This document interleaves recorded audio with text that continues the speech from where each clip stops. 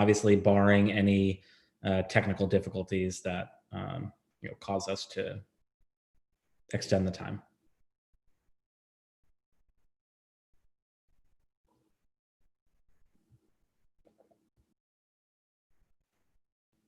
All right, and we are good to start. So Mary, I will hand it over to you.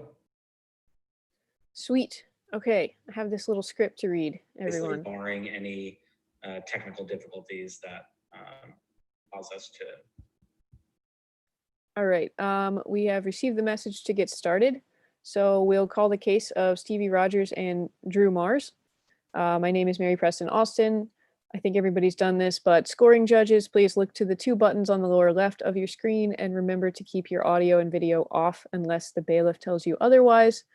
You should also have your video set up to hide non-video participants. So the only people on the screen right now should be the advocates and me. Can the attorneys please make appearances?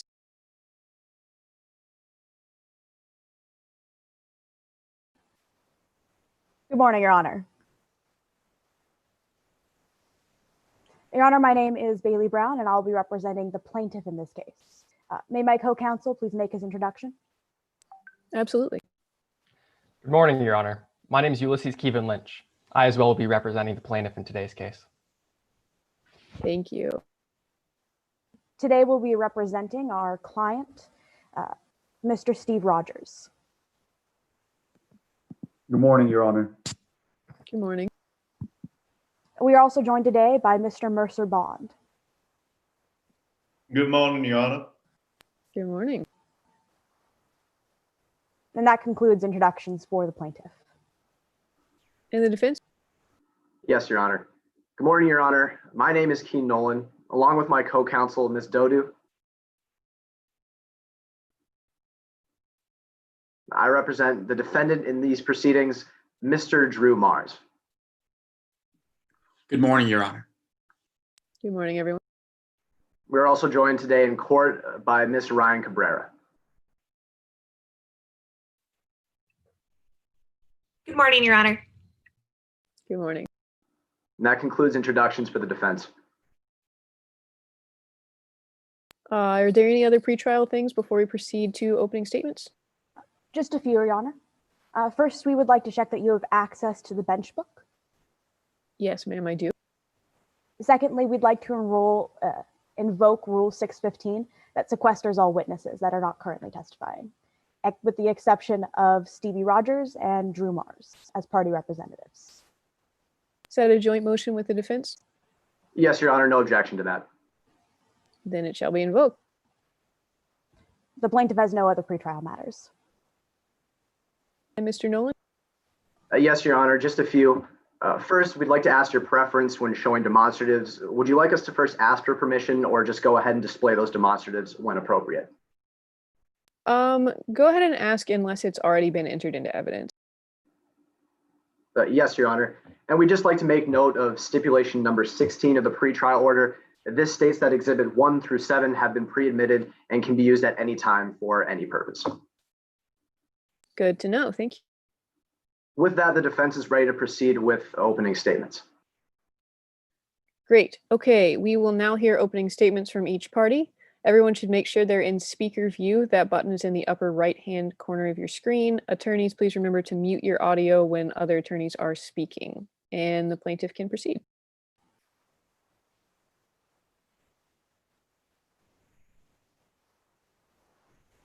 She was murdered for her money. There's only one person in the case today who benefited from the death of Agatha Lee. Drew Mars. Drew Mars, the defendant, worked as Miss Lee's caretaker and nurse, and was the sole inheritor of her entire estate, including her $20 million fortune and the rights to her book, Death in a Bottle. On August 15th, Drew Mars found Miss Lee dead in her bed. But Miss Lee did not die peacefully in her sleep. She was murdered for her money. On August 14th, just a day before her death, the defendant overheard a conversation that happened between Agatha Lee and her grandson, Stevie Rogers, where they were talking about changing the will. changing the will to exclude the defendant, and bringing her grandson in as the sole inheritor of the entire estate. Miss Mars watched as Miss Lee called up her personal attorney. Then she immediately drove down to the pharmacy, where she picked up the pills she used to kill Miss Lee. As the plaintiff in today's case, we have to prove that Drew Mars knowingly or purposely killed Agatha Lee by preponderance of the evidence. This just means that we have to prove that it was more likely than not that Miss Lee knew what she was doing, that Miss Mars knew what she was doing, could have killed Miss Lee, and did lead to Miss Lee's untimely death. Now, we'll do this by showing you that only the defendant had the knowledge, the means, and the motive. You'll learn that the defendant's knowledge of Miss Lee's medication, of her allergy to chlorandramine, and of the severity of that allergy. You'll hear that the defendant knew that chlorandramine pills could be found in the form of common heartburn medication, typical in any pharmacy. Stevie Rogers, Miss Lee's grandson, will tell you that the defendant was the only person, other than Miss Lee herself, to have access and regularly interact with Miss Lee's pillbox. On the night of August 14th, Mr. Rogers saw the defendant sneak into Miss Lee's empty room and walk out holding something small in her right hand, 2 pills. Today, you also hear from Mercer Bond, a private investigator that worked closely with the detectives in this case.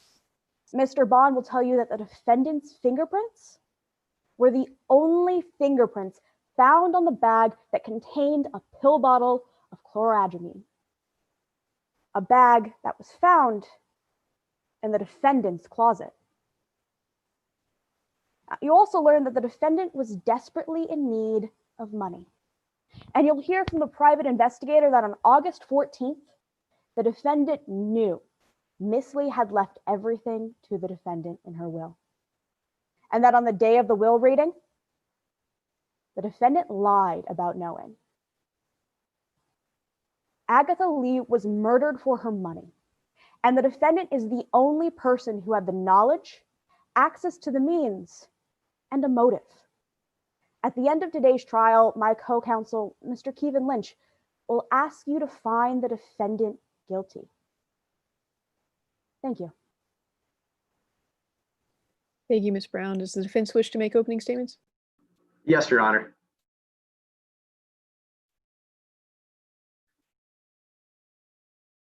Ms. Brown, Your Honor, members of the jury. For renowned mystery novelist Agatha Lee, August 14th of 2018 seemed like just another day. That evening, she enjoyed dinner in her own study. She read a chapter of her favorite book, and before 10 p.m., she turned in for bed.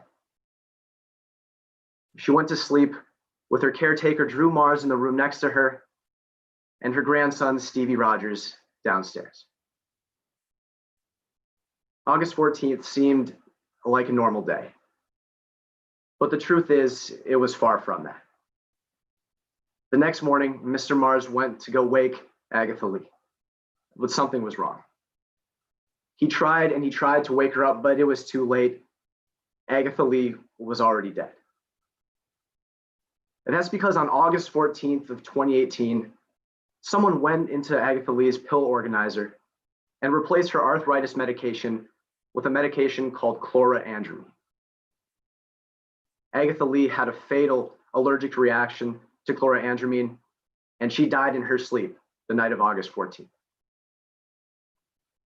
Now, Ms. Brown just came before you, and she told you that Mr. Mars was the one who replaced the pills, because Mr. Mars was going to be written out of Agatha Lee's will.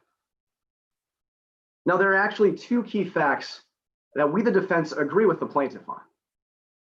The first is that Agatha Lee was murdered for her money using chlorandramine. And the second is that right now, in court with us, is the killer. We just don't agree on who that killer is. Throughout this trial, members of the jury, you're going to hear testimony that shows that the story Ms. Brown just told you isn't quite what happened. Well, you're going to hear the story of somebody who needed to put the blame on Mr. Mars. You're going to hear the story of somebody who was out of money and out of options. You're going to hear a story of the true killer, the plaintiff, Stevie Rogers. Now, take a step back to February of 2018. Agatha Lee, during this month, switched her will to have Stevie Rogers as the beneficiary to Mr. Mars. Sure enough, 5 months later, Stevie Rogers, the plaintiff, showed up on Miss Mars' doorstep. He showed up without a job, without any money, and with an unspoken ultimatum. Miss Lee was going to put Stevie Rogers back in that will, or he was going to take the money himself. He went to Miss Lee and he begged to be put back into the will, but Agatha wasn't going to have it. She told him, "I'm not going to give you a single penny, not now, not when I die." So Stevie Rogers had to take action. And Stevie Rogers knew the perfect scapegoat. Now the plaintiff is suing my client, Drew Mars, under something called the Slayer statute.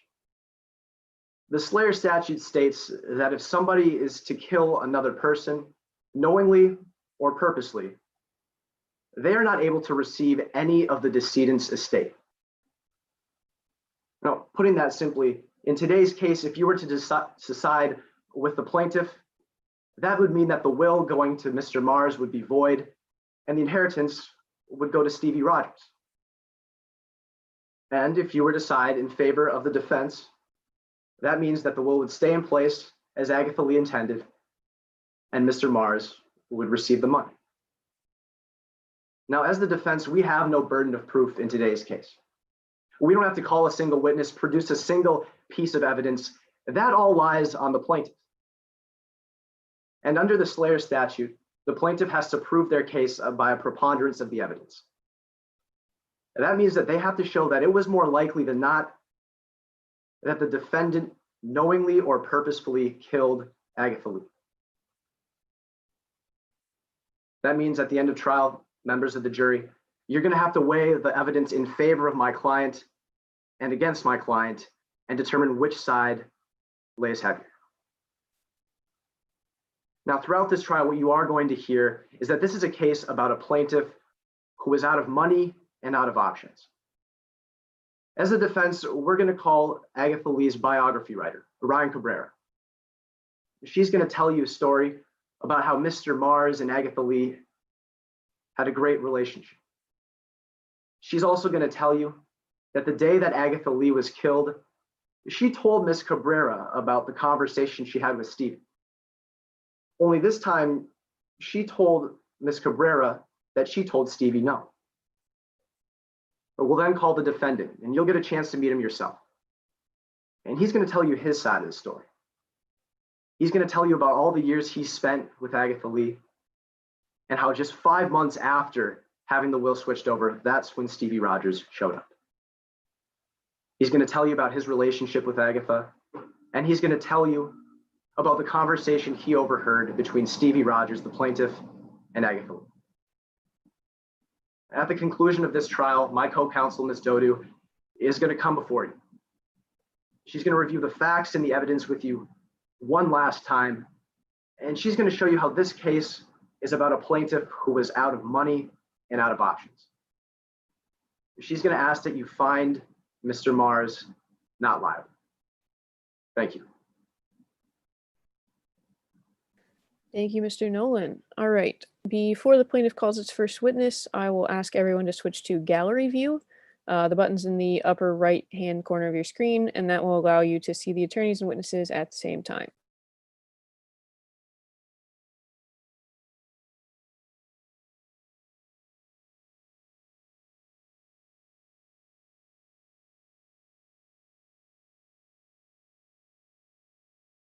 And it sounds like we're just going to take a second to score the ballots. So if judges could just let me know when you're ready to go on. I'm good to go. Good. Good to go here. Good. Thank you. Same. Good to go. All right, I think that's everyone, so stop me if not. Otherwise, Miss Brown, go ahead. The plaintiff calls Stevie Rogers.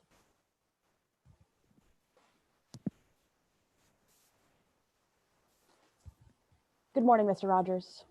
Good morning. Could you please introduce yourself to the court? Sure. Hi, I'm Stevie Rogers. What do you do for a living? In memory of Nana, I wanted to finish the 2 novels I was working on. I only thought it was fair. For me, writing these novels keeps my memory of her alive. It's the only link I have left since she passed away. Just to be clear, can you tell us who Nana is? Oh, right. Sorry. It's my grandmother, Agatha Lee. What was your education like, Mr. Rogers? I have a bachelor's in communication from Sawyer Shaw University. I tried to go through law school for a while, but it wasn't meant to be. I dropped out after the second year. Why did you drop out of law school?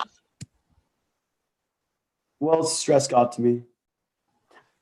I realized I was just sticking my head in my work so I wouldn't have to deal with the pain of my parents passing away. As soon as I figured that out, I dropped out and started living for myself. What did you do after you dropped out? Tried to drown my sorrows in a good time, I guess. I took up writing. I guess it runs in the family. Did you keep in touch with your grandma? While she lived in Alabama, I did, but it was a lot harder when she moved. I know how this might sound, but after I had that epiphany in law school, I kind of wanted to be away from everyone. I didn't want anyone to remind me of my parents, and Nana was so much like my mom. It hurt not to speak to her often, but she didn't make it easy to see her either. Why? Well, she never really told me where she moved after leaving Alabama. Nana was eccentric. She liked to bring her mystery novels to life. She would leave clues about where she moved, kind of like a treasure hunt. Did you ever complete this treasure hunt and learn where she moved? Well, I learned where she moved, but the clues proved too much for me. I hired this legend of a private investigator, and I hired him to find her. What did you do when you found your grandma? To be honest, I realized how much I missed her. I wanted to rekindle my relationship and asked if I could move in. I understood then that it's easier to push past the pain with good company. I just wish I'd realized that sooner. What was it like living with her again? Oh man, I didn't realize how much I missed her wit and energy. It felt like I was a kid again, back when everything was, better. We would spend whole days together playing backgammon. Was there anyone else living in the house with you? Unfortunately, yes. Her caretaker, Drew Mars.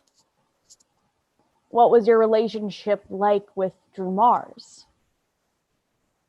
I felt like Mars was pressuring me to leave. Mars kept asking when I would be leaving almost every week. I would understand if he asked once and left it alone, but every week I would get a question like, how long do you plan to stay? When do you plan on leaving? And I don't get it. It's my grandma. I grew up in that house. Did you know who Miss Lee was planning on leaving her fortune to? The last time she talked to me about it was August 14th. Over breakfast, she told me about how she's going to speak to her lawyer and write me back into the will. Did the defendant hear Miss Lee say this? Well, when I opened the door from her study, which is where we were having the conversation, he was kind of hovering right outside the door. He was glaring at me with clenched fists and mouthed the words, "No way." From what I understood, he heard everything. I'd like to talk to you about the night before August 15th. What happened? That was the night Nana was murdered.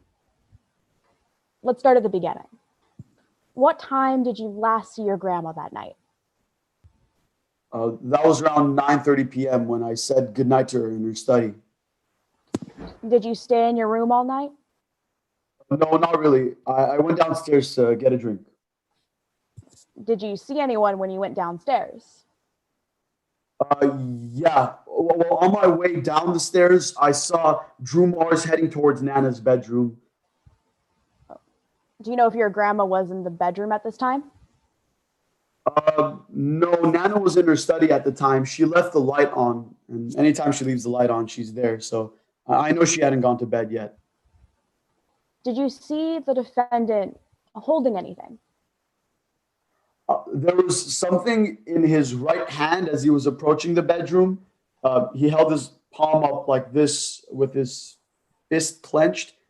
I couldn't tell what it was, but it looked like he was holding something. Your Honor, may the record reflect that the witness made an upward fist motion?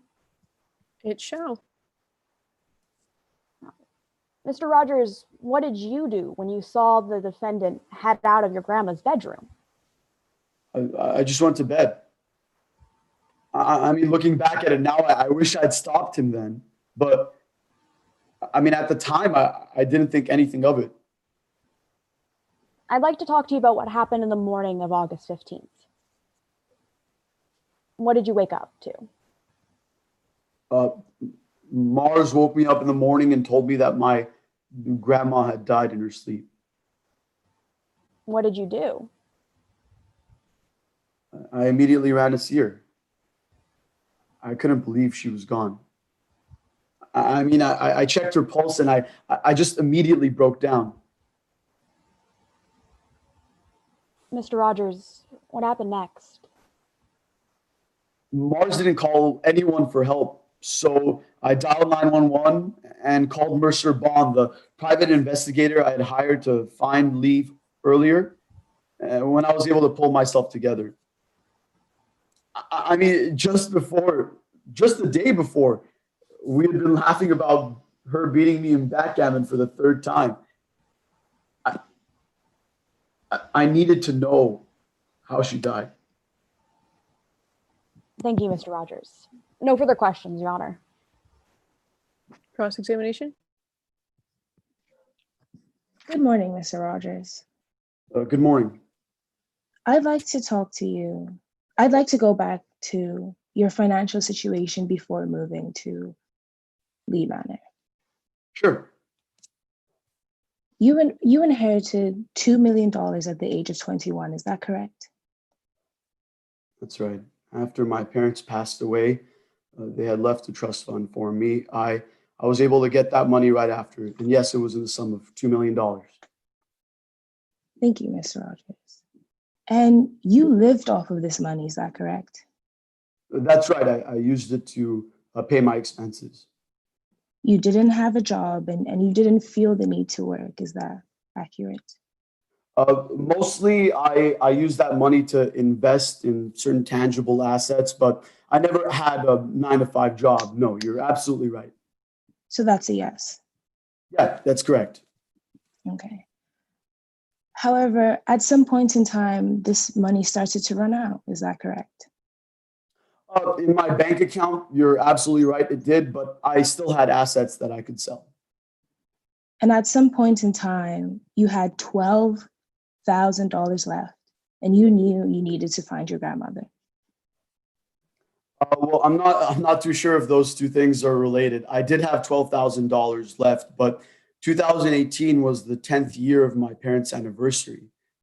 I missed her a lot, and I decided it was time to see her.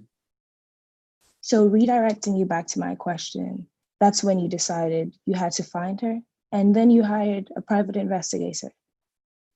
Yes, I did hire a private investigator to find her. You're right. And how much did this private investigator cost you? Well, he was one of the best. I knew it would take the best to find her, but he was about $10,000.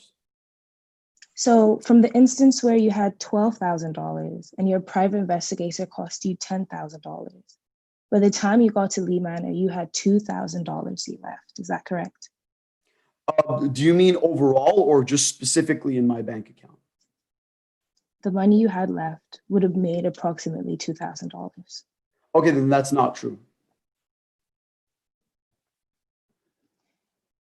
Mr. Rogers, are you stating that you didn't have $12,000 before the private investigator?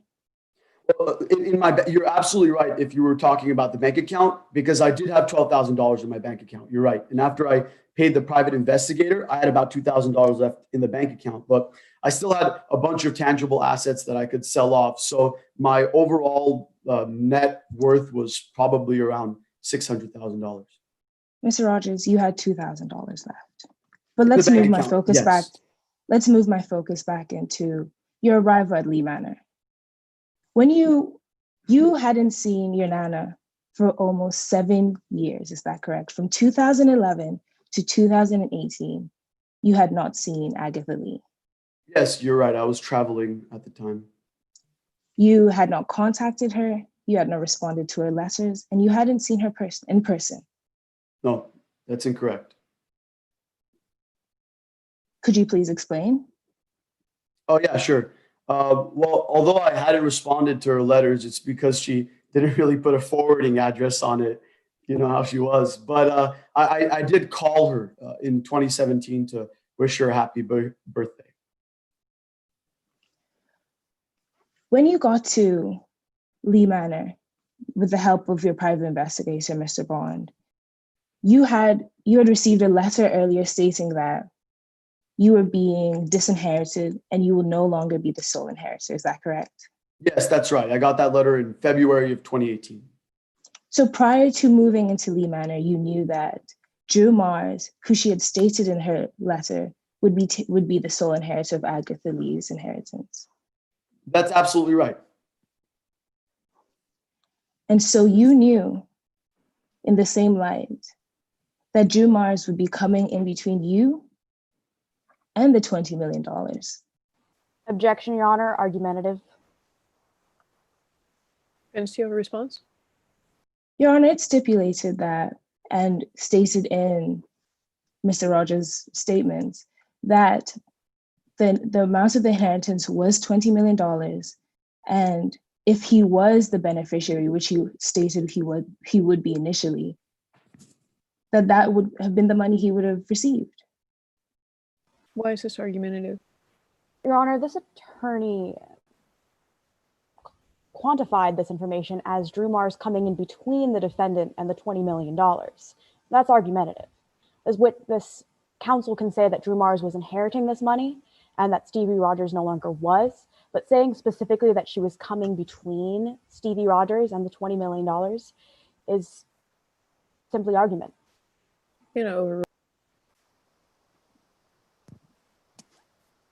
And at that point in time, you recognized that Drew Mars was coming in between you and Agatha Lee. No, that's not correct. I mean, Nana could have multiple friends, and just because she doesn't mean that they're coming in between us. So at that point in time, you didn't feel intimidated by Drew Mars? No, absolutely not. Drew Mars was your caretaker.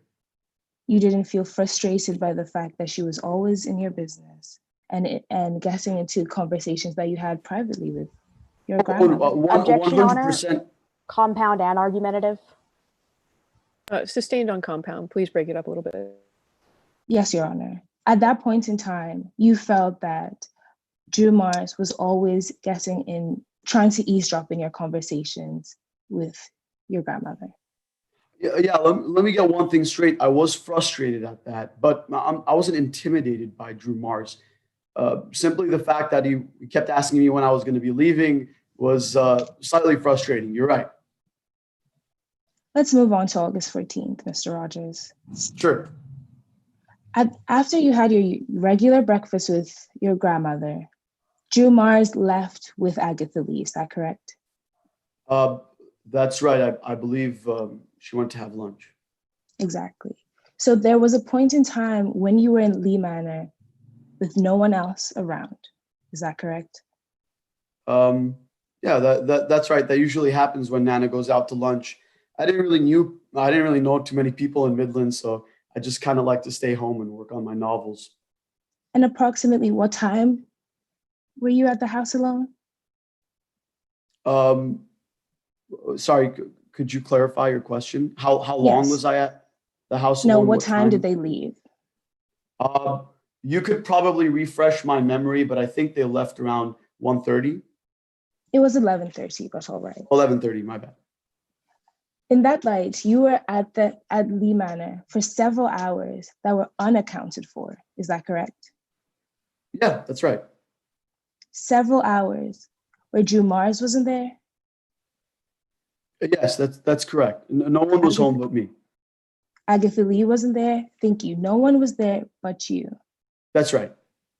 And in that instance, you also knew how to acquire chlorandramine. Is that correct? Not in that instance, no. I mean, I heard about the chlorandramine pills before from what Drew Mars told me.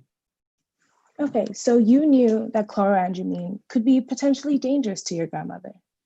Yeah, actually, Drew Mars was the one who told me that Agatha Lee had a deathly allergy to it, where I could find the pills to begin with.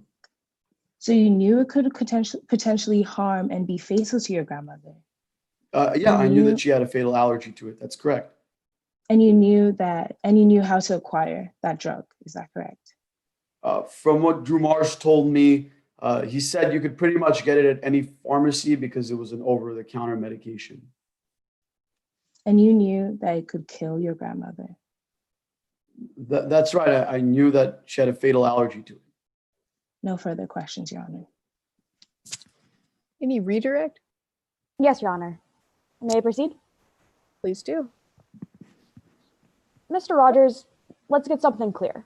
Have you ever Sure. touched your grandmother's pill case? No, not once in my entire life. Do you know what medication your grandmother takes? No, not at all. Have you ever heard of the Winterin pill? I have not heard of the Winterin pill. Do you know if there's any similarities between the Winterin pill and a chloroadramine pill? Objection, Your Honor, to relevance. Why is this relevant?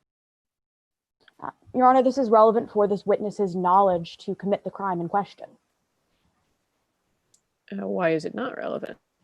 Response, Your Honor. At this point in time, we don't see the importance of the Winterim drug. We have established that Mr. Rogers does not know about the pills, and at that point, he does not need to know about a distinction between a Winterim drug and chlorandramine. I haven't heard anything about the Winterin drug before this, so I'm going to sustain the objection. Mr. Rogers, did you ever go into your grandmother's room while she was gone on August 14th? No, there's no reason to do that at all. Thank you, Mr. Rogers. No further questions, Your Honor. May this witness please step down if there's no recross? Is there any recross based on that redirect? No recross, Your Honor. Then yes, the witness is excused. Thank you. And does the plaintiff wish to present any more evidence?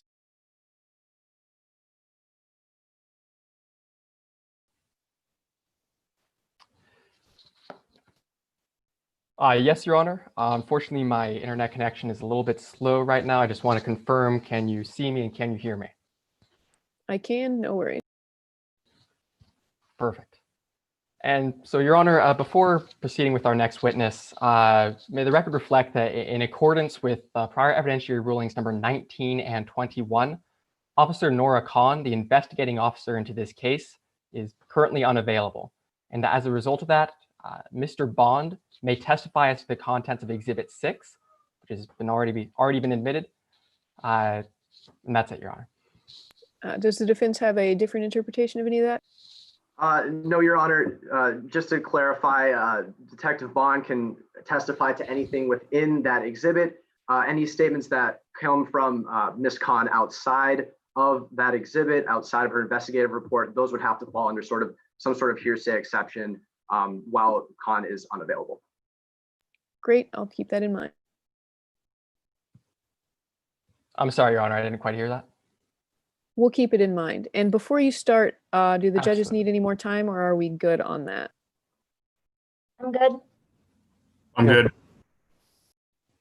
All right, with that, Your Honor, the plaintiff calls Mercer Bond to the stand.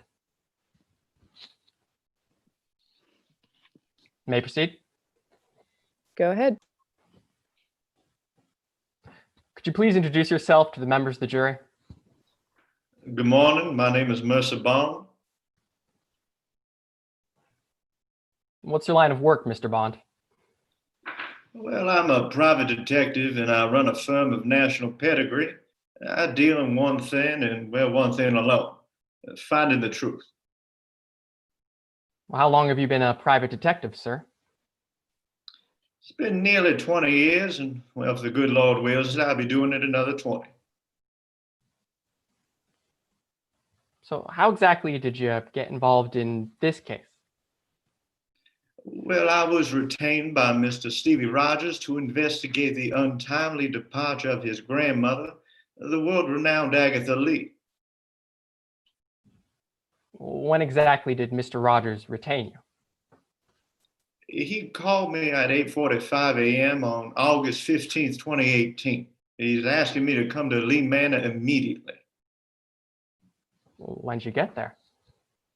I got there within the hour, around 9:25 a.m. I arrived inside to offer my condolences and start the investigation. Well, how exactly did you start your investigation? I entered Lee Manor and I looked for anything out of the ordinary. After my initial search, I spoke with Mr. Rogers and asked him what had occurred. Did Mr. Rogers provide you with any information which was helpful to your investigation? He did. He talked about Agatha Lee's will. What did he say about this will? Well, he told me that Agatha Lee had named Drew Mars, that's her caretaker, as the sole beneficiary of her estate, and that he suspected Mars had killed Miss Lee to prevent her from changing that will. Well, how did that information contribute to your investigation? Well, it left me with one burning question that needed an answer. Did Mr. Mars know that he was the sole beneficiary of Agatha's estate?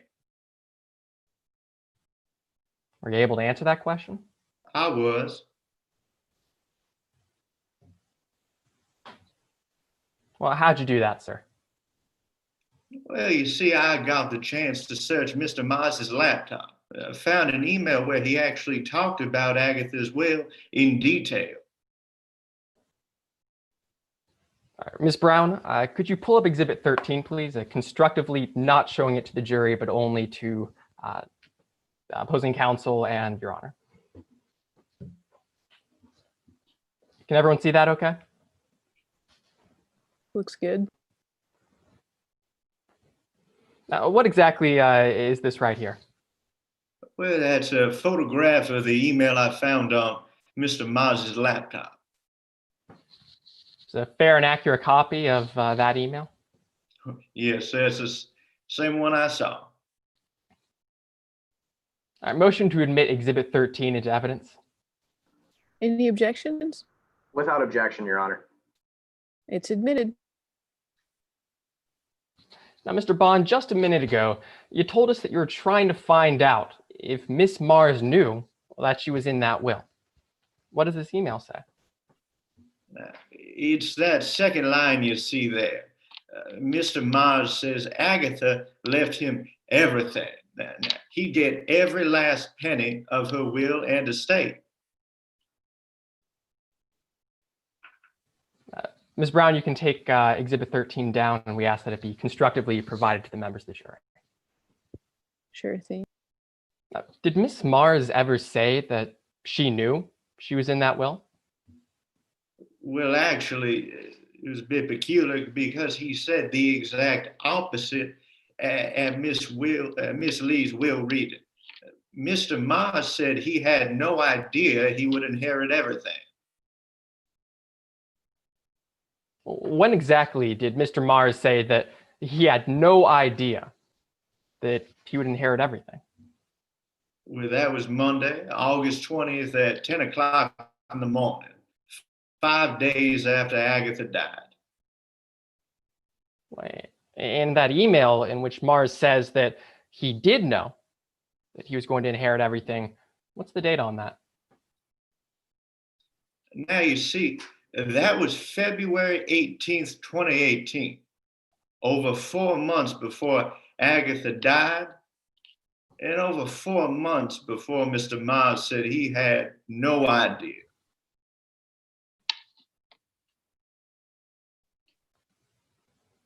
So what was the next step in your investigation, Mr. Bond? Well, after finding a plausible motive, I wanted to investigate the cause of Miss Lee's death. How'd you go about doing that?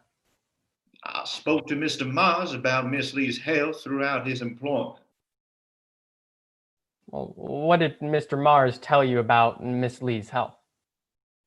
He mentioned that Miss Lee suffered from an extremely rare fatal allergy to an over-the-counter medication called chlorandramine. Do you know if a toxicology screen was done on Miss Lee after she died? Well, yes, indeed. I was the one to request that the investigating officer, that's Detective Cohn, request an autopsy and a toxicology report from the coroner's office. And did you read Detective Kahn's officer report in this case, Exhibit 6? I did, yes. Did that drug, which Miss Lee was fatally allergic to, did it show up on that tox screen? Yes, sir. The autopsy concluded that Lee did not die from natural causes, but due to a fatal ingestion of chlorandramine, and I was not surprised. Did you and Officer Kahn ever search Lee Manor? Yes, sir. Immediately after we got the results of the autopsy, detectives scoured the entire estate, and I was able to tag along. Did you find anything of importance to your investigation? Well, 3 items stood out to me. The first was a pill organizer. The second, that was a bottle of Winterin pills. And the third, well, that was a black medical bag. All right, well, let's walk through all 3 of those different pieces of evidence. Of course. Where'd you find that pill organizer? Well, we found the pill organizer on Agatha's bedstand table. Ms. Brown, could you pull up Exhibit 12?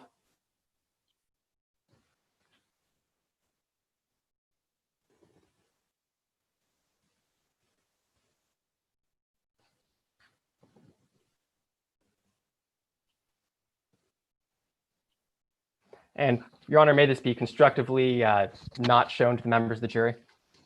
Absolutely. Is this a fair and accurate picture of that pill organizer as you found it? Yes, it is. You can see that Sunday through Tuesday are empty. Wednesday through Saturday, where they'll still have pills in them. Well, motion to Exhibit 12 into evidence. Any objections? Without objection, Your Honor. It shall be admitted. I see 2, it looks like they're purple pills in each one of those capsules. Did you ever find out what those 2 purple pills were? Yes, the 2 purple pills in their toxicology reports that those were Winterin pills. It's for arthritis. Well, let's move on to that second piece of evidence that you and Officer Kahn found, that bottle of Winterin pills. Yes, sir. Where'd you find that? Well, those were found in Miss Lee's bathroom. How'd you know that those pills were Winterin? Well, again, toxicology was done on those pills, and police lab confirmed that those were Winterin. So why exactly was this bottle of Winterin pills so important to your investigation? You see, it was important because they had fingerprints. Officer Cohn and the detectives ran a fingerprint analysis on the bottle and the pills and found 2 of those pills had Drew Mars's fingerprints on them. And that third piece of evidence that you mentioned, that black bag, Yes, sir. what was in it? Well, the bag contained a box of cigarettes and another bottle of pills, but now these pills were identical to the Winter pills in size and color, that purple that you saw and the photograph you showed. However, Detective Khan's testing revealed those were actually chlorandramine. Well, sir, that black bag in which the chlorandramine pills were found, was it ever dusted for fingerprints? Why, yes, it was. And according to the analysis conducted, Drew Mars's fingerprints were found on it. And can you tell the members of the jury, where'd you find that black bag? Black bag was found in Drew Mars's closet. Thank you, Mr. Bond. I've got no further questions. Cross-examination, Mr. Nolan? Yes, Your Honor. Good morning, Mr. Bond. Oh, good morning. How are you doing? I'm doing well. How are you? I'm doing all right. 5 months of quarantine will really get you thinking. I understand. Now, I'd like to start by talking about the first time you ever met Stevie Rogers. All right. Now, you were first retained by Stevie Rogers actually in June of 2018, correct? I was retained to help him find his grandmother. That's right. He paid you $10,000 to go find his grandmother. That is correct. Agatha Lee, when he told me that it was his grandmother, I actually had read her book and I wanted to be of assistance, but I do charge quite a high fee for my services. That's okay, Mr. Bond. And then you didn't hear from Mr. Rogers for 2 months after that? Well, that's right. I normally don't hear from clients after my services are conducted. Right. Mr. Rogers called you on the morning of August 15th and told you his grandmother had been murdered. Yeah, well, yes, he did. Poor boy. He called me and he was crying something else.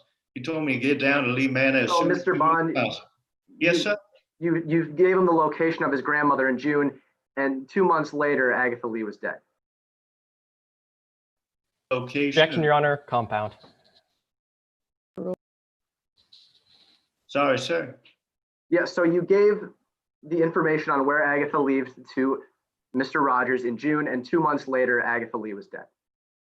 Well, that is correct. He called me 2 months later to inform me that he believed she'd been murdered. Now, that morning, you showed up to Lee Manor, like you said, around 9:30 a.m.? Yes, sir, 9:25.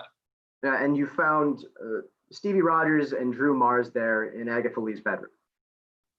Yes, Stevie and Drew was standing, and Agatha had a... That's right. Agatha Lee was in her bed, and she was dead. She was deceased, yes, sir. And then several minutes later, that's when Detective Khan from the Midlands Police showed up. That is correct. Now, from the moment that you and Detective Khan were at the scene, Stevie Rogers was pushing a narrative, right? He was pushing a what? He was pushing a narrative. He believed that his grandmother had been killed. That's right. Now, I want to talk about how Stevie Rogers was involved in your investigation. How do you mean? I'd like to talk about how Stevie Rogers was involved in your investigation. All right, go ahead. Your Honor, permission to put a demonstrative on the screen? Sure. Now, like you said, once you arrived, Stevie Rogers was the first person to ever suggest that Agatha had been murdered.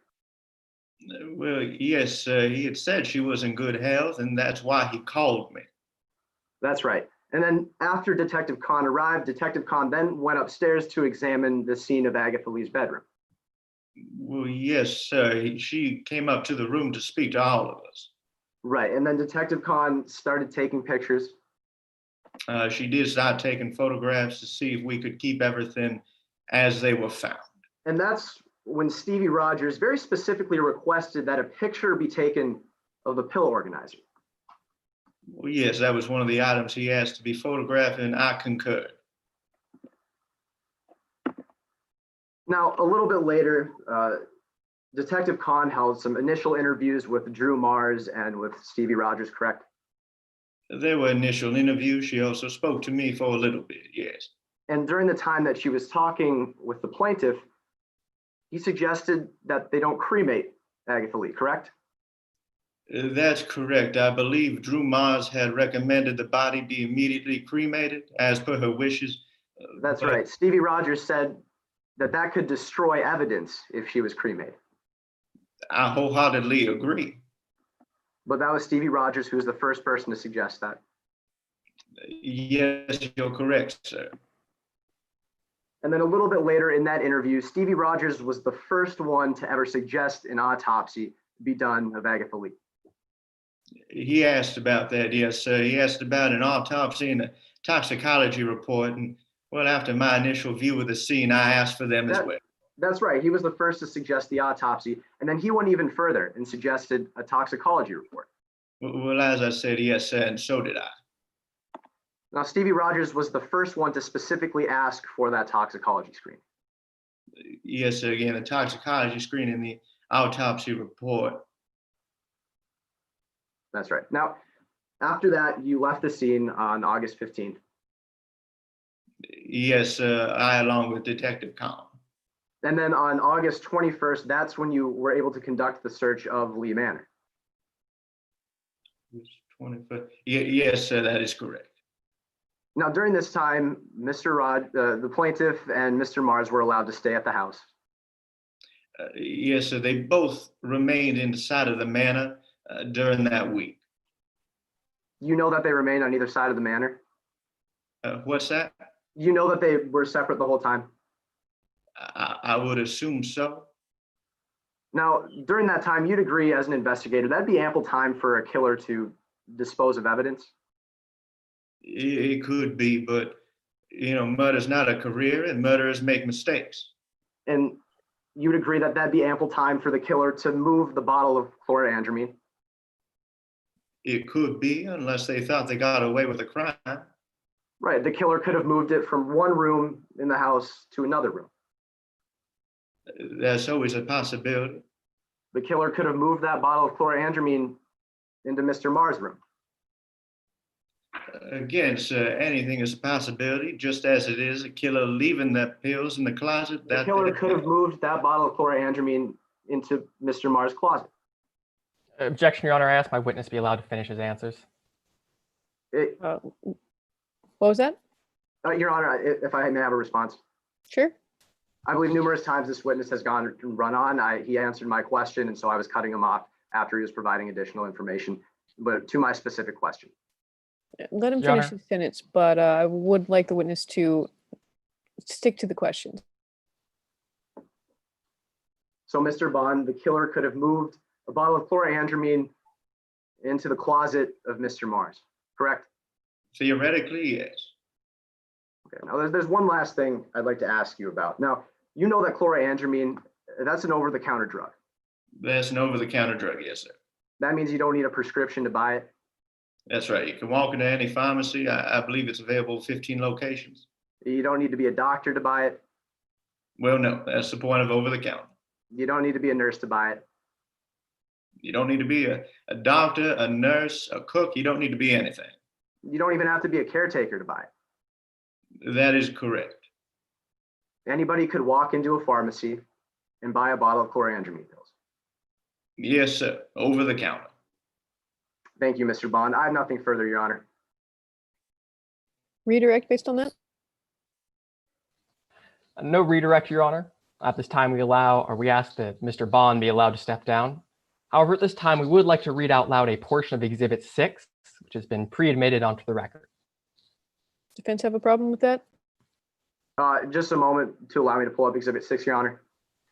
Sure thing. Let us know when you're ready. I'll be reading from paragraph 32, about halfway down. Paragraph 32. Yep, sounds good. No objection to that, Your Honor. May I proceed? Go ahead. Mars admitted to me that Mars had gone to a pharmacy on August 14th, but Mars denied purchasing chlorandramine. When I visited the pharmacy to check on Mars' story, the clerk vaguely remembered seeing Mars on August 14th, but could not recall whether Mars purchased chlorandramine. That's it, Your Honor. And with that, Your Honor, the plaintiff closes its case in chief and asks for a brief recess before we move on to the defense's case in chief. Sure thing. We'll take a 5-minute break. Judges, please remember that this video is being publicly broadcast on a YouTube live stream, and everyone should keep that in mind. And we will see you all again in 5 minutes.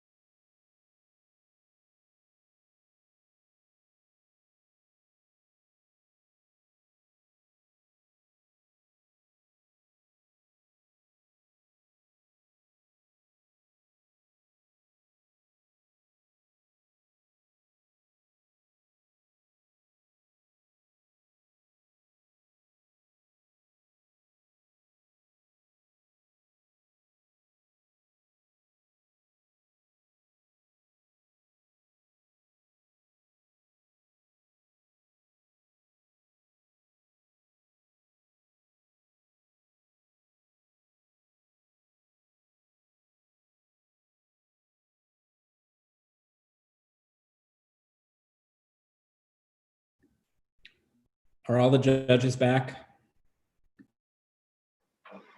Megan is. I'm here. Michael's back as well. Ready to go. I'm here. Sweet. Are all of our attorneys and witnesses here?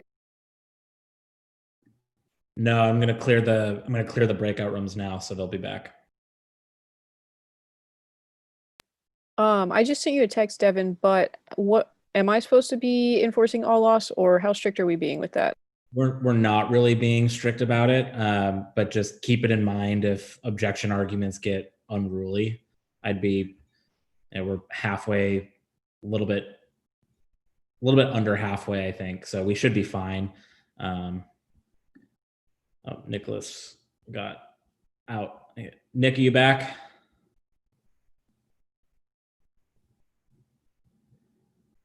Nicholas? I am back. Thank you. Okay.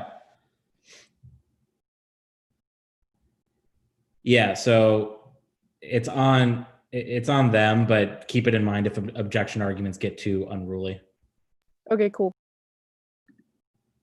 All right, I'm bringing all the students back.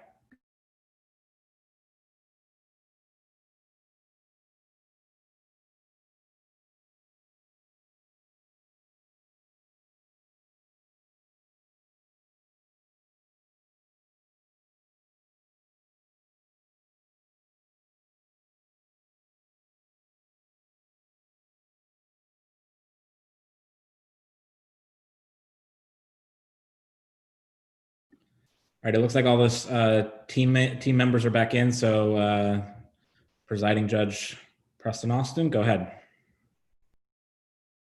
All right, defense, you can go ahead and call your first witness. Your Honor, defense calls Ms. Ryan Cabrera as our first witness.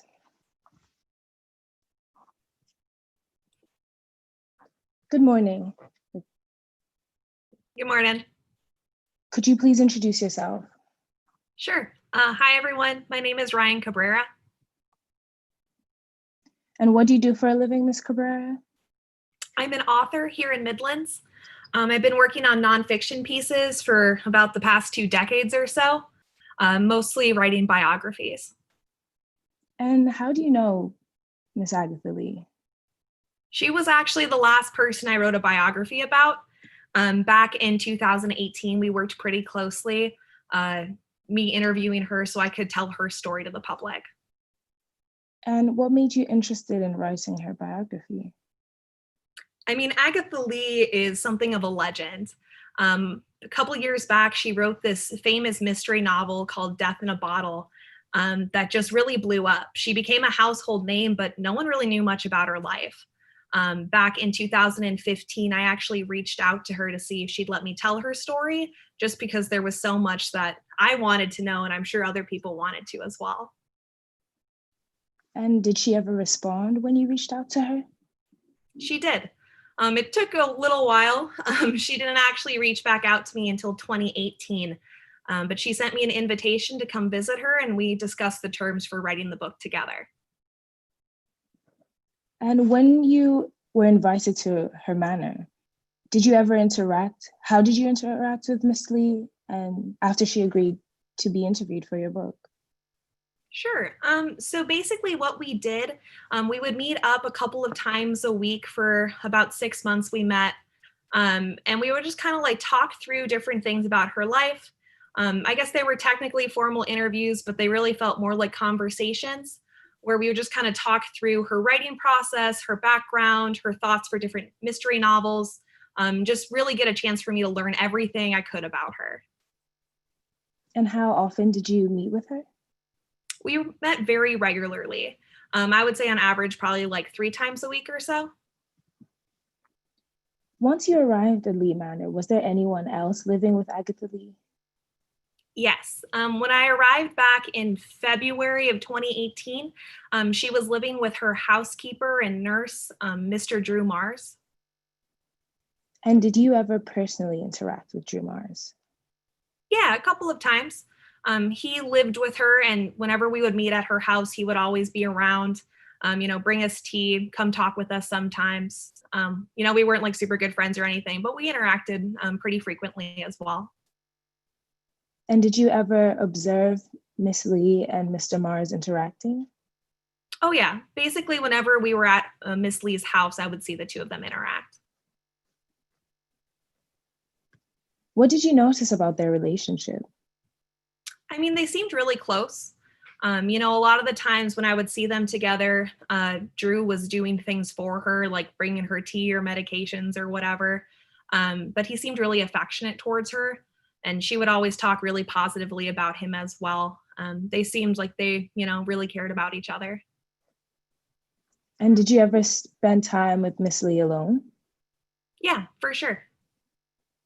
Did she tell you anything in particular about her relationship with Drew Mars? Yeah, she talked about Drew pretty frequently.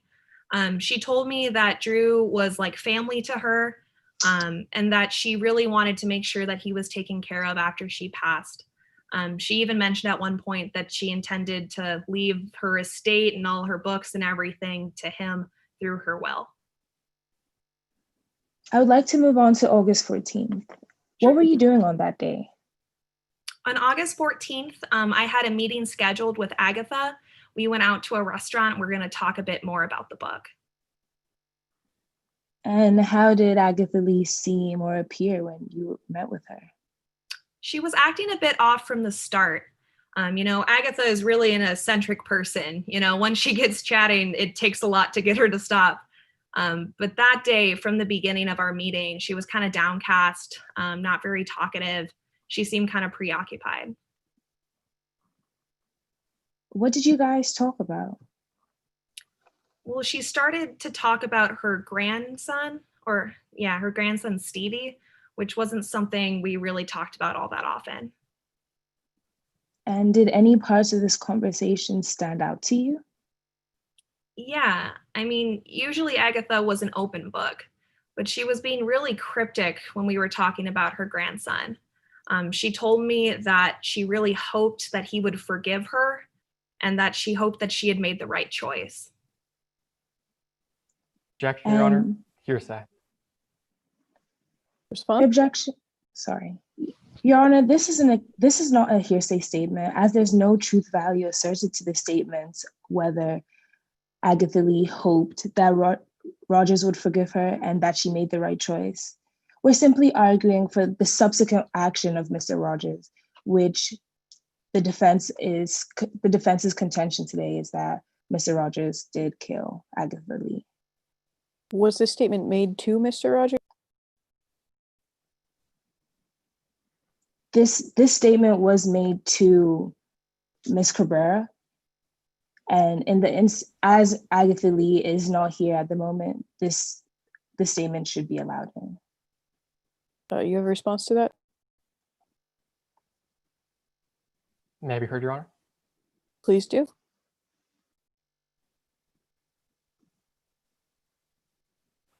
I'm sorry, Your Honor. Didn't quite hear that. May I be heard? Go ahead. Yes, Your Honor. Sorry, the connection is a little bit slow. Your Honor, there are specific requirements that need to be met in order for the unavailability hearsay exceptions to apply. More foundation need to be laid, and we need to know that one of those exceptions applies in this case. I don't believe that foundation has been laid yet. And as to the defense's argument that this is not going to the truth of the matter, but rather to the subsequent actions of the defendant?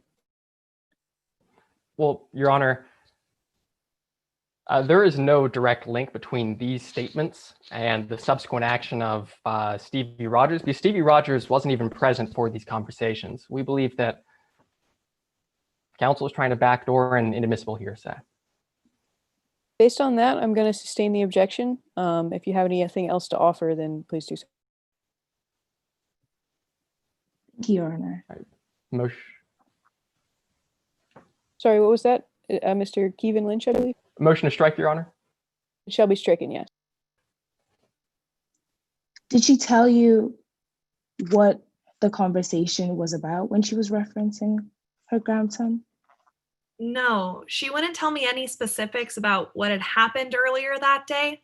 And when I pressed her for more details, she just got really quiet and asked if we could talk about something else.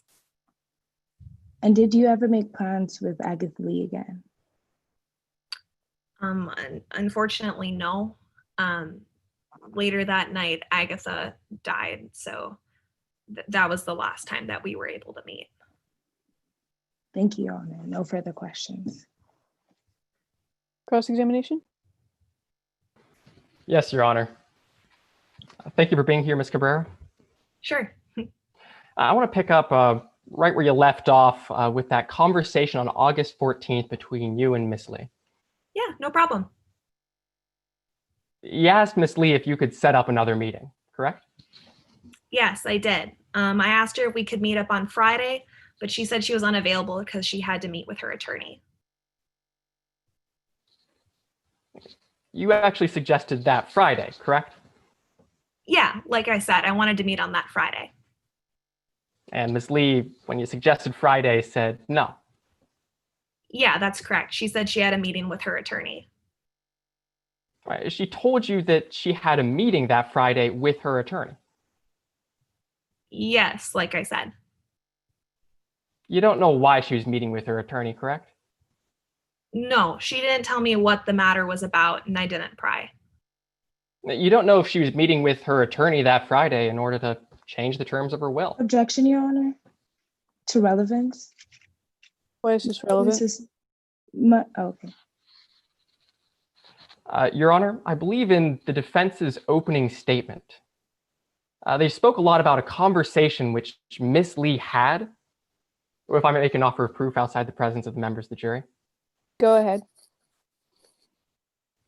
They spoke about a conversation which Miss Lee had with Stevie Rogers, in which Stevie Rogers claims that Miss Lee said that she was going to give everything to Stevie Rogers. Now we're going to hear from Drew Mars, I would imagine we'd hear this from Drew Mars as we heard it in the defense's opening statement, that the defense is contesting that that's what was said in that conversation. However, if it's possible that Ms. Lee had a meeting set up with her attorney in which she could have been changing that will, it's circumstantial evidence indicating that Stevie Rogers' version of those events is correct. I'm sorry, is it Miss Dodo? Dodo. Dodo. Okay, sorry, go ahead. May I respond, Your Honor? Please do. At this point, the plaintiff has let us know that, sorry, Your Honor. At this point in time, this objection, this statement, this line of questioning is still irrelevant in today's case in chief, as the witnesses already stated that they had not had the opportunity to further meet with Agatha Lee. My witness would not know what Agatha Lee would have discussed with her attorney. My witness would have not known the further plans that Agatha Lee has made, as the witness has stated in direct, that Ms. Cabrera was not able to meet with Agatha Lee again. We're going to sustain the objection because it doesn't sound like she knows anything about this meeting. So if you have any more evidence to offer with that regard, then please do. Otherwise, I'm going to sustain that objection. I'll move on, Your Honor. I'd like to talk about why you're here today, Ms. Cabrera. Okay, sure. You received a call from Drew Mars on June... Sorry, Ms. Dodo, did you say something My else? apologies. Motion to strike the line of questioning that was stated earlier. Yes, it'll be stricken. And apologies, Mr. Keevan Lynch, go ahead. My apologies. I want to talk about why you're here today. You were called by Drew Mars in June 2020, isn't that correct? Yeah, that's correct. Drew asked me if I'd be willing to come tell you guys what I knew. So when Drew asked you to come, right? When Drew asked you to testify, I asked that the attorney allow my witness to finish answering her question. Yeah, try not to interrupt. Absolutely, Your Honor. I'll do my best. And after Drew Mars called you, you agreed to testify in this trial, correct? Yeah, I did. On his behalf, correct? I guess, sure. And then right after you agreed, well, Drew Mars said to you, on an unrelated note, is there anything of Agatha's that you like? Yeah, he did. Agatha and I had gotten really close in the past couple months. We had been working together. So he asked if there was anything of hers that I would like to remember her by. And I took him up on the offer. I told him I'd like some of her books if he was willing to part with them. So that was a yes to my question. Yes, sir. Mm-hmm. And like you said, you asked for Miss Lee's private book collection, right? Yep, that is right. Now, the reason why you asked for Miss Lee's private book connection was because you knew what those books were. Yeah, actually it was on that meeting on the 14th with Agatha where she told me that in her private book collection, she had some unpublished works that she'd written after she wrote Death in a Bottle. So I was really excited to get my hands on those if, I had the opportunity to. Like you said, you were very excited to get your hands on Miss Lee's unpublished books, right? Of course. I mean, Agatha was probably the best author I've ever read books from. Objection, Your Honor. I would like to object to relevance again. What's the relevance of this? I might make an offer of proof. Please do. Well, what we know about Miss Lee is that she was a very famous author. Her one and only book sold millions of copies.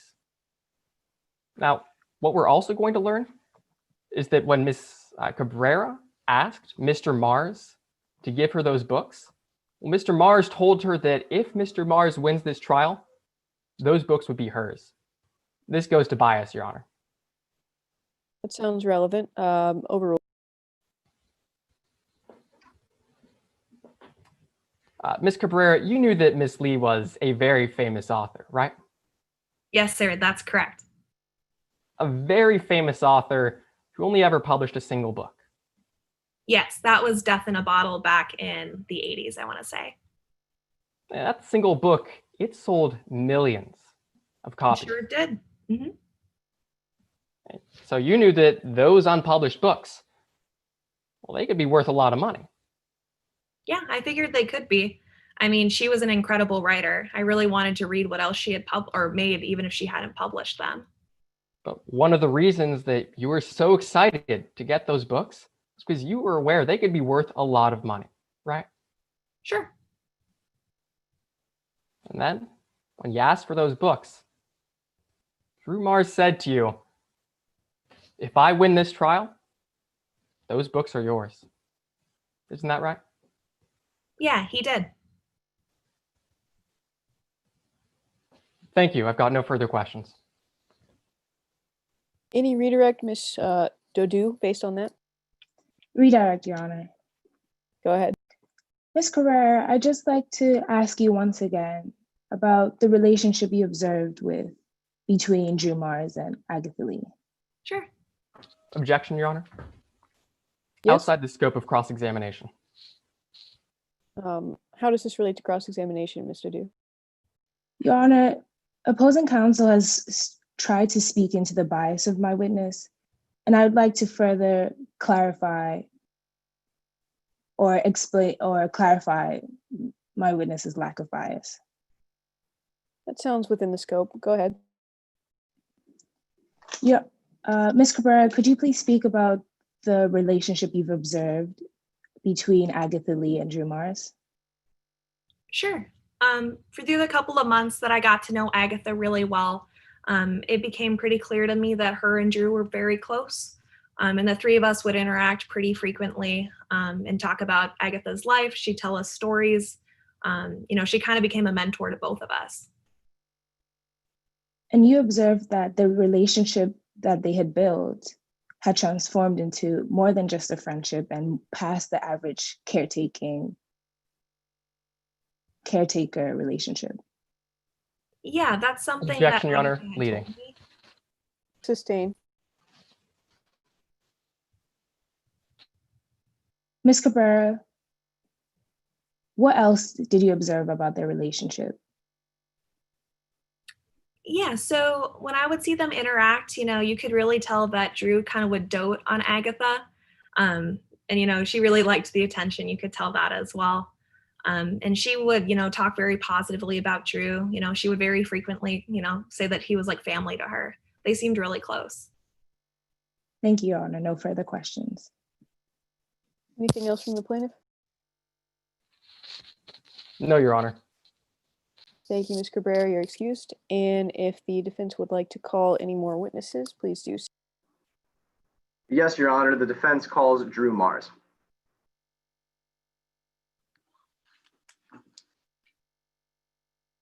May I proceed, Your Honor? Go ahead. Good morning. Please Good morning. introduce yourself to the members of the jury. My name is Drew Mars. Mr. Mars, I'd like to talk about your relationship with Agatha Lee. When did you first meet her? That was back when I was a junior in college. I saw an ad for a personal caretaker job, and I applied for it, and I found out it was for the famous novelist Agatha Lee. Were you working full-time for her? Not when I first started. I was just part-time, but less than a year into my employment, Agatha suffered a pretty serious heart attack. And after that, she required 24/7 monitoring. So I moved into her house full-time, and she brought me on. What did you do as a full-time caretaker? Well, my main job was to keep track for general health, make sure she was healthy as she possibly could be. So I kept track of her heart rate, her cholesterol level, and kept track of her medication. And also, since she was getting up there in age, I would help her out around the house and do my job to help lighten the load. Now, you said that you moved in with Agatha Lee full-time. Where were you living? When I first started, we were living in Alabama. Then about 2011, she moved to Midlands. How would you describe your relationship with Agatha overall? She was like family.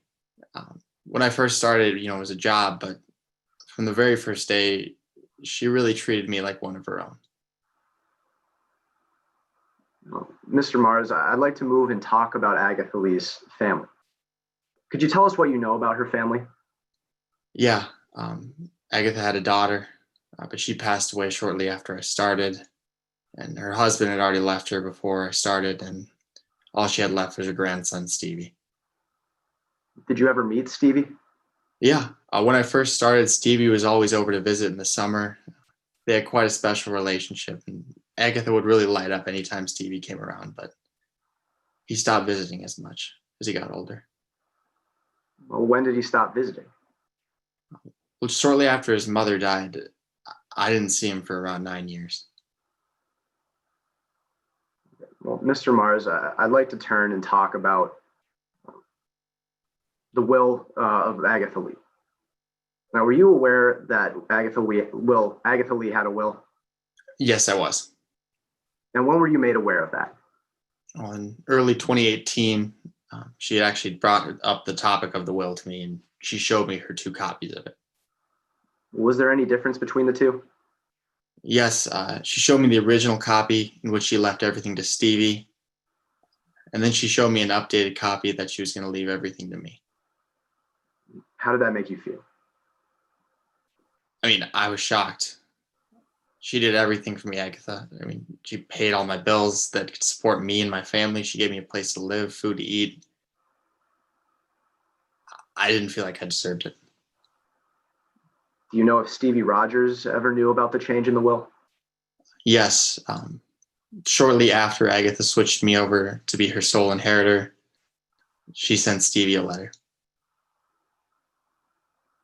And when did Stevie come back? Just a couple months after this letter was sent. I mean, he was gone for 9 years, and then he shows up a couple months after it was sent. How did Agatha react when Stevie came back? She was, what I could see, she seemed like she was hesitant at first.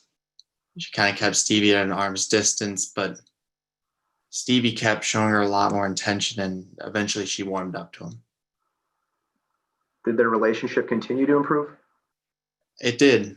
It felt like old times. They're back playing backgammon together. But that kind of changed when Stevie brought up the will. When did Stevie bring up the will? August 14th, 2018. Do you know what the plaintiff said? Yeah, I was just outside the door. I was bringing Agatha her morning tea, and I heard Stevie tell her that he had shown himself to be devoted, and he wanted her to reconsider a decision to take him out of the will. How did Agatha respond? Well, she paused at first, and then She told Stevie no. Objection, Your Honor. Hearsay for Agatha's statements. Why is this not hearsay? Your Honor, these statements are not being offered for the truth of the matter asserted. Today, it is our contention that Stevie Rogers killed Agatha Lee to receive the will. Therefore, these statements are just going to the effect on the listener being Stevie Rogers, and Stevie Rogers having the belief that he wasn't going to get the money from the will and that Agatha wasn't going to change the will. Your Honor, may I be heard? Go ahead.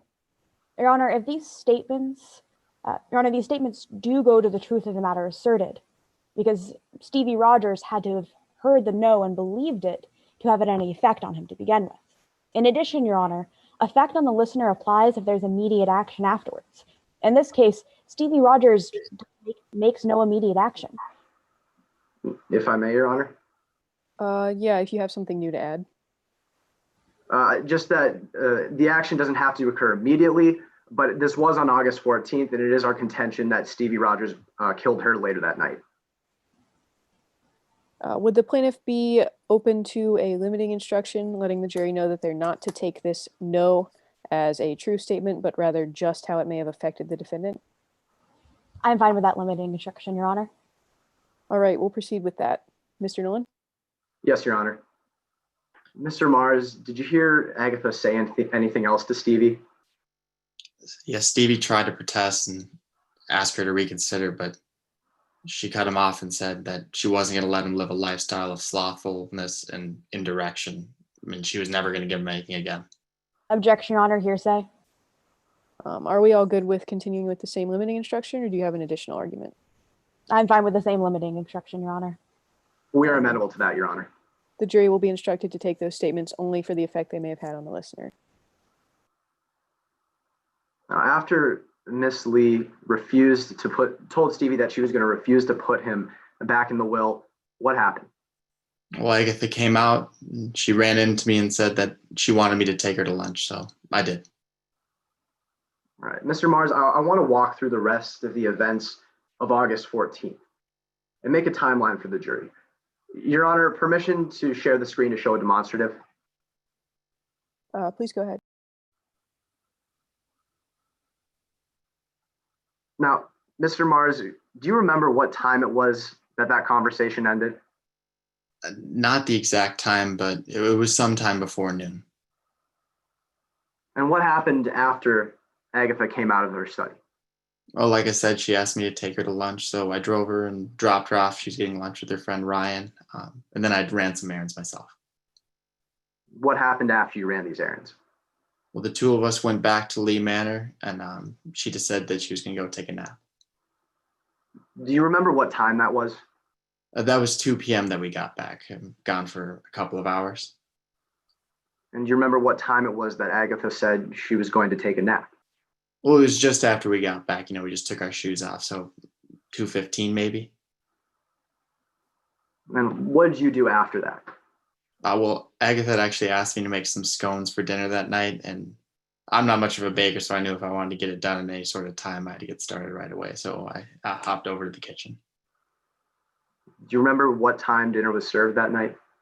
Yeah, like I said, I'm a pretty terrible baker, so it took me like 4 hours after I burned the first one, so I didn't get done till around 6. And what did you do after you served dinner? Well, after I served dinner, I just cleaned up the kitchen a bit, kind of made sure everything was tidy downstairs, and then I went up to my room. Do you remember what time? Yes, 7:30. Mr. Mars, do you remember what time you went to bed that night?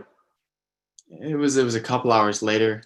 My friends had told me to watch this movie Knives Out, and I got about 2 hours in just before the ending. I fell asleep. So 9:30. What happened the next morning? Well, I woke up and it felt like a normal day. I went for a walk and got back and making Agatha her morning coffee and went over to her room. What time was that? That was 8:30 in the morning. And what happened when you got to her room? I walked into her room. She was still sleeping, so I said her name. She didn't say anything. So I went up to her and like kind of shook her, and she wasn't moving. Mr. Mars, you said that you were gone before noon and returned to the house at 2 p.m. Do you know who was at the house during that time? I'm not sure exactly who was there, but when we left, Stevie was the only one in the house. Do you know what Stevie was doing during that time frame? I have no idea. I mean, I wasn't, I was gone, and I guess he could have done anything. Mr. Mars, I'd like to talk about the will reading that occurred a few days later after Miss Lee's death. Now, were you present for the will reading? I was. What happened during it? Well, they read out Agatha's will, and they told me that I was going to be the inheritor, and I acted surprised. Why do you say that? Well, Stevie was saying the entire week after her body was found that it had to have been a murder. It was definitely a murder. Just kept going on about it. And I was just scared, so I pretended like I didn't know anything. Mr. Mars, did you ever speak to Stevie personally about Agatha's will? Briefly, yes. Well, when did you speak with him? Well, just after I heard him and Agatha arguing over the will, he came out of the room and came right up to me. Do you remember what the plaintiff said to you about Agatha's will? Yeah. Stevie got right up in my face and told me, don't count your millions just yet. Thank you, Mr. Mars. I have nothing further at this time, Your Honor. Cross-examination? Yes, Your Honor. Good morning, Mr. Mars. Good morning, ma'am. You murdered Agatha Lee for her money, didn't you? No, absolutely not. You know that chlorantranine is a common heartburn medication, right? Yes, that's correct. You know what it looks like? I do. And you would recognize a pill bottle full of chlorantranine pills if I showed it to you, wouldn't you? Yes. Your Honor, at this point, I'd like to ask my co-counsel, Mr. Kevin Lynch, to put up a bottle, Exhibit 13, first constructively for just us. Sure thing.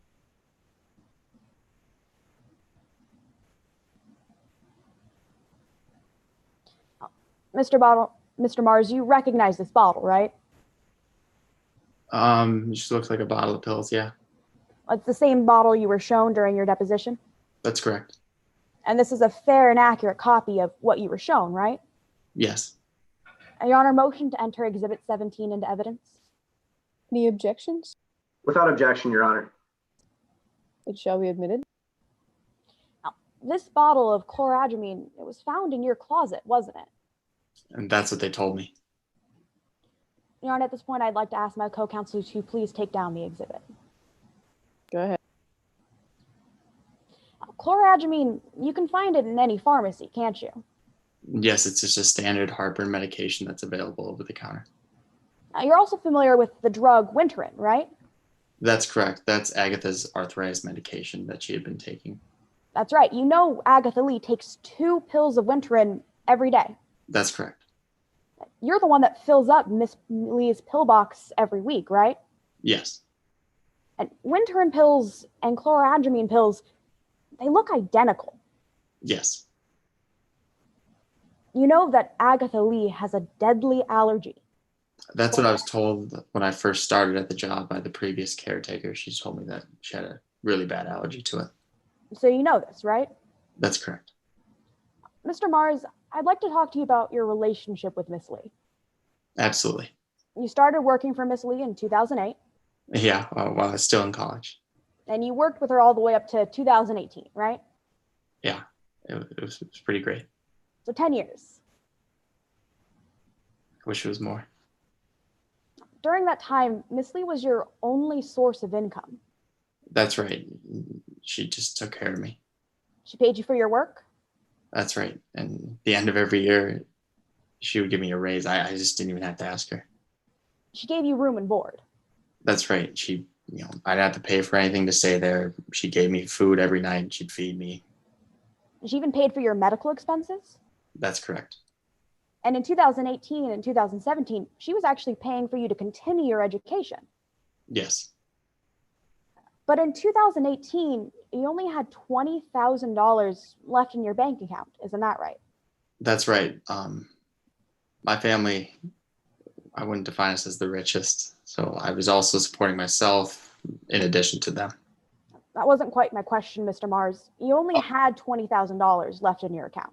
Ma'am, I apologize. Yes, I only had $20,000 left in my account. And when Miss Lee died, you lost your only source of income. That's right. But you were still included in her will, weren't you? Yes, You inherited $20 million when Miss Lee died. I did. I'd like to go back a bit and talk to you about July of 2018. Stevie Rogers moved into your house in July, That's correct. and you knew Stevie Rogers was Agatha Lee's grandson. Yes, She spoiled her grandson. yes. Agatha was always generous. Agatha started spending all of her time with Stevie, right? Yeah, when he first came back, it was really nice to see. She had her one family member back in her life, and I was really happy for her. Now, Mr. Mars, you no longer ate dinner with Miss Lee, right? No, I would just leave it to the two of them. I felt like they had a lot of catching up to do with 9 years apart. You no longer watched movies with her? Not as much. Every once in a while, she'd pull me back in, but they were spending a lot of time together, and that was for the best. You didn't even play backgammon with her anymore. I'm pretty terrible at backgammon, so I was quite all right with sitting those out. But Stevie did. That's right. And on August 14th, you overheard Stevie Rogers and Miss Lee talking about her will. That's right. He asked to be put back in the will. And you knew on August 14th that you were in the will. That's correct. You knew on August 14th that if Miss Lee died, you stood to gain millions of dollars. I guess you could say that, yeah. So that same afternoon, on August 14th, not even an hour after hearing this conversation, you drove to a pharmacy. Yes, I was out of toothpaste, so ran some errands. So you pulled up in a pharmacy just an hour after you overheard Stevie Rogers and Agatha Lee discussing the will. Yes or no? Yes. Thank you. No further questions, Your Honor. Any redirect based on that? Yes, Your Honor. Mr. Mars, have you ever bought chloroandramine before? No. Did you ever replace any of Agatha Lee's pills with chloroandramine? Absolutely not. She was like family to me. Did you have anything to do with Agatha Lee's death? Absolutely not. Thank you. Nothing further, Your Honor. And any recross based on that? No recross, Your Honor. All right, the witness is excused. And I believe that concludes the evidence for the defense. Correct me if I'm wrong, Mr. Nolan. Yes, Your Honor. At this point, the defense rests its case in chief and is ready for closing statements. All right, if everybody can make sure that they're in speaker view, we will hear closing arguments. Before I proceed with closing arguments, can I get a time check? From, I believe, was the bailiff, but I'm not sure. Yeah, I'm not sure if the bailiff's still who the here. official timer is. All loss I think apparently it was like 20 minutes ago. you guys are supposed to keep time for yourself, but if you haven't, we're good on time. We're not even close. All loss isn't until 1 p.m. Central. I guess I should Gotcha. All right. clarify that. Gotcha. So if you haven't been keeping time for yourself, I guess just make an agreement with your co-counsel and figure it out. Counsel, from my check, you have just over 10 minutes left for your close. Could you say that again? Sorry. From what I was checking, you have just over 10 minutes for your close. All right. I had a feeling that was it, but I appreciate that. May I check my time as well, Your Honor? Sure, if anybody was keeping track of it. You have just under 11 minutes. Thank you. All right. Well, thank you to the defendant for that elucidating information. And if the plaintiff would like to go ahead.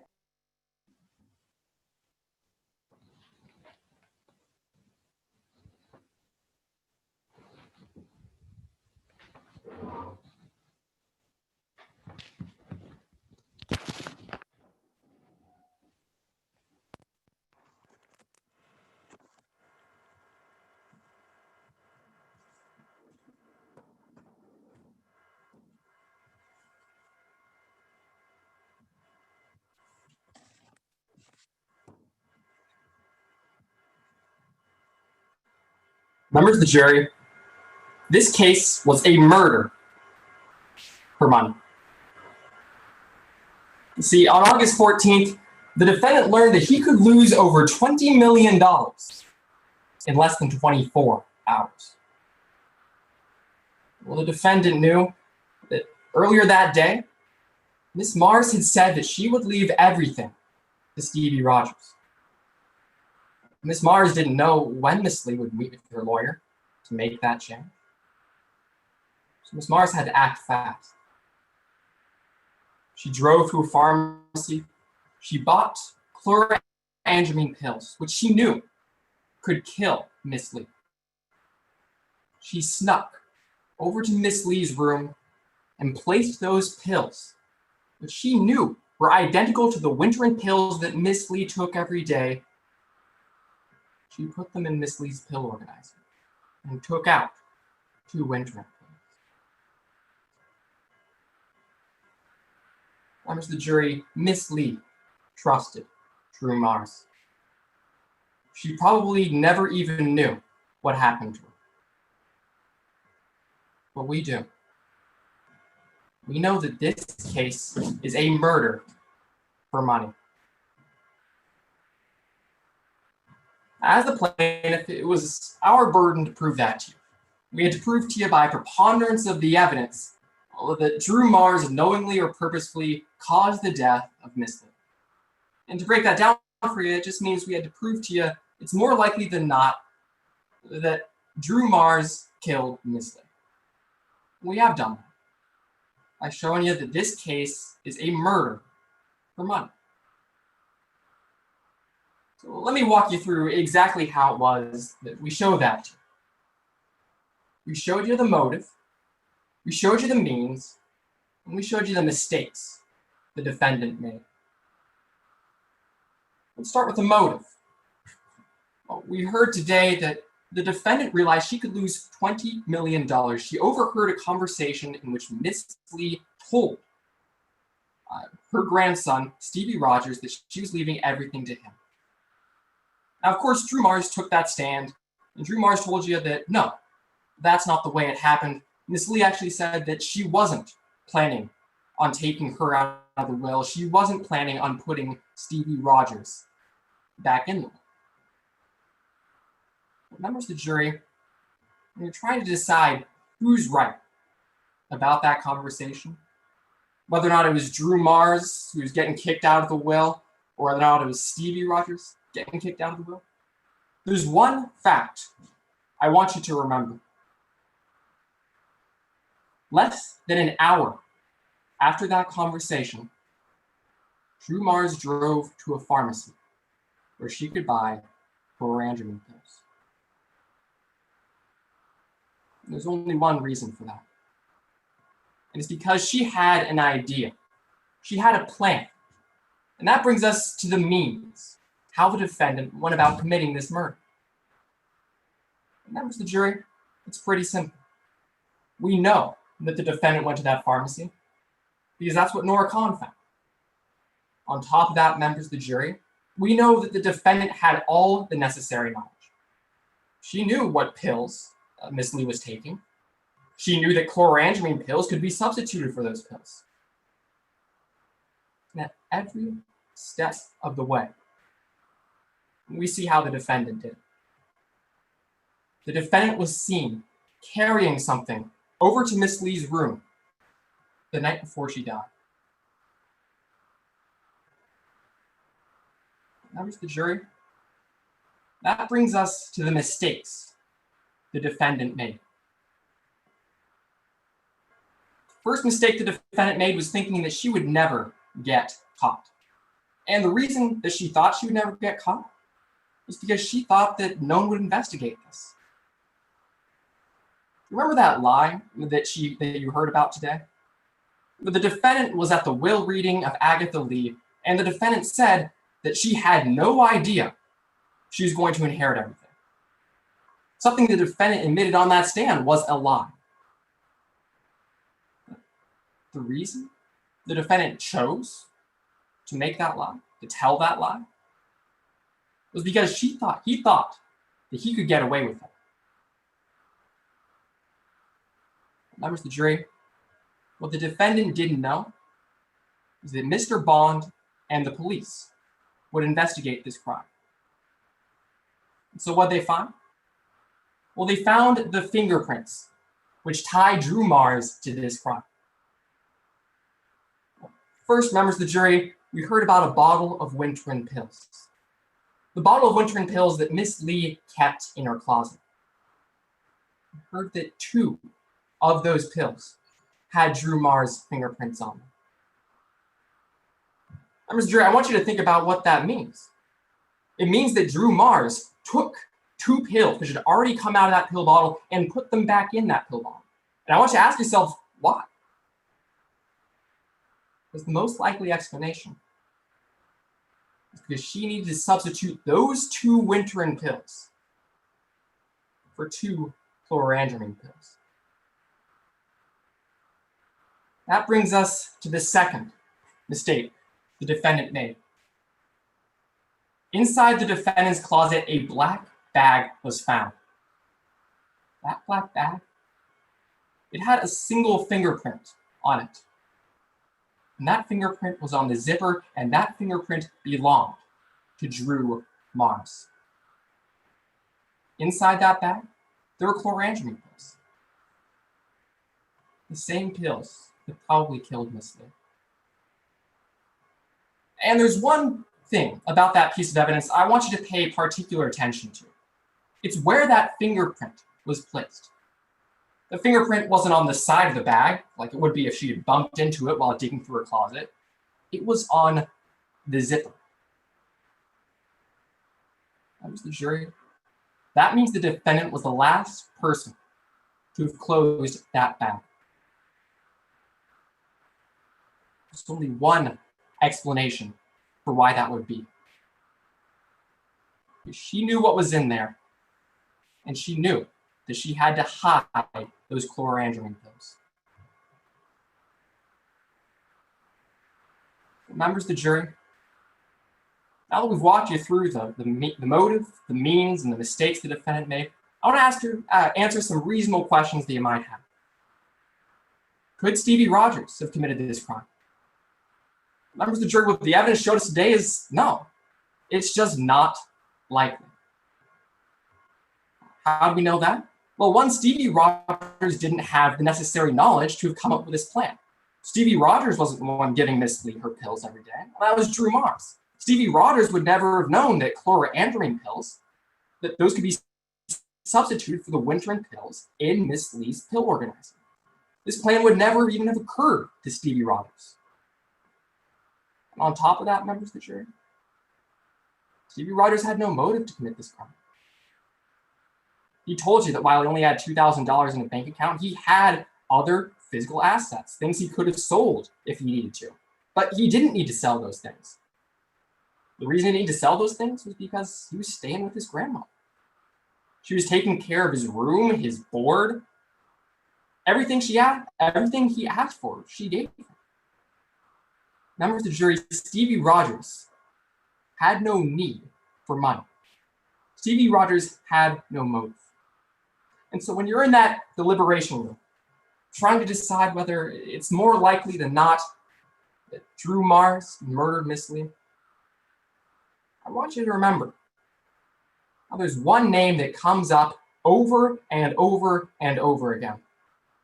How it was Drew Mars who went to the pharmacy the day before Miss Lee died. How it was Drew Mars who was seen carrying something into Miss Lee's room. That was Drew Mars who stood to lose $20 million. Members of the jury, find the defendant guilty, because this case was a murder for money. Thank you. And does the defense wish to make closing arguments? Yes, Your Honor. Please proceed.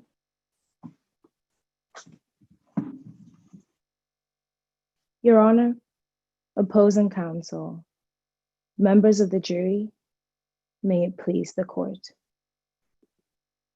Out of money and out of options. We've heard today that Drew Mars was the only one there for Agatha Lee. Drew Mars was the only one there whenever Agatha Lee needed her. And their relationship quickly transformed from the average friendship to becoming family. And although they were not blood, their bond became unbreakable. We heard today from Ms. Ryan Cabrera that she observed an incredible relationship between Agatha Lee and Drew Mars. She stated that they treated each other as family. And it was undeniable that Drew Mars loved Agatha Lee. Drew Mars was there through us all. And everywhere Drew Mars was, Stevie Rogers was not. Stevie Rogers, the plaintiff today, missed everything. He missed Agatha Lee's birthdays. He missed when she needed him. And he missed her life. And it's clear today that there was a motive. It's clear today that Stevie Rogers had run out of money. And he had only come back to see Agatha Lee when his money had run out. He received a letter from Agatha Lee stating that she was tired of being his personal ATM. And as a result, Stevie Rogers quickly found a means to get back to Agatha Lee and try and get his inheritance back. When Stevie Rogers knew that Drew Mars was coming in between not only his relationship, but in between his $20 million,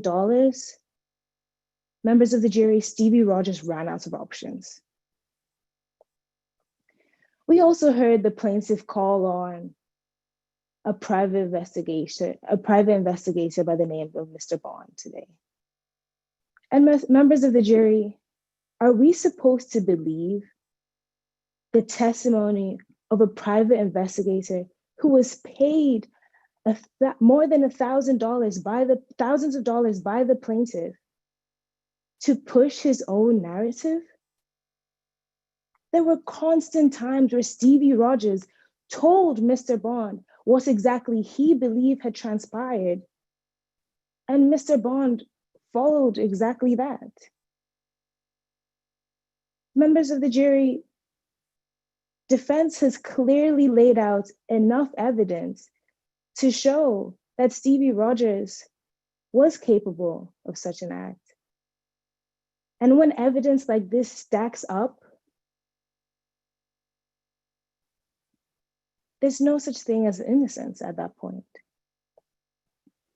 Your Honor, the plaintiff today has a burden, and this burden is the preponderance of evidence, which simply means more likely than not. And it's clear that the plaintiff has been unable to give enough evidence to make a claim that my client Drew Mars was ever capable of a horrendous act as such. And in cases like these, where there's a lack of evidence, that's all the evidence you need to render my client, Drew Mars, the only verdict that is fair. of not liable. Thank you.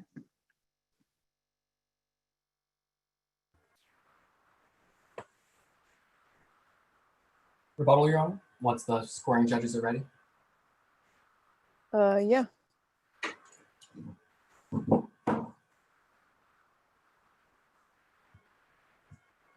May I proceed?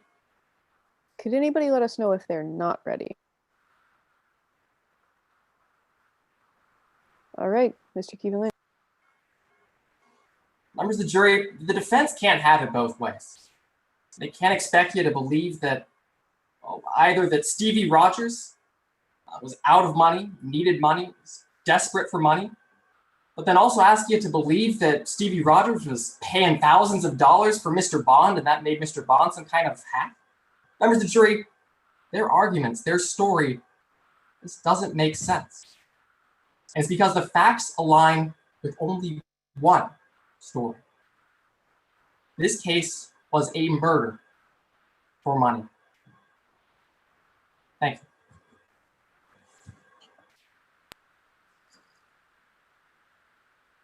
Right, is there anything further from either party? No, Your Honor. No, Your Honor. Okay, I think we're all just going to take a hot second to finish scoring, and then I'll turn it over to somebody who hasn't been on camera the whole time to start with comments. And I'm supposed to say, judges should please complete and submit their ballots. I'll ask everyone to stay on until everyone has submitted their ballots, and then we will do brief comments. The bailiff will now take over.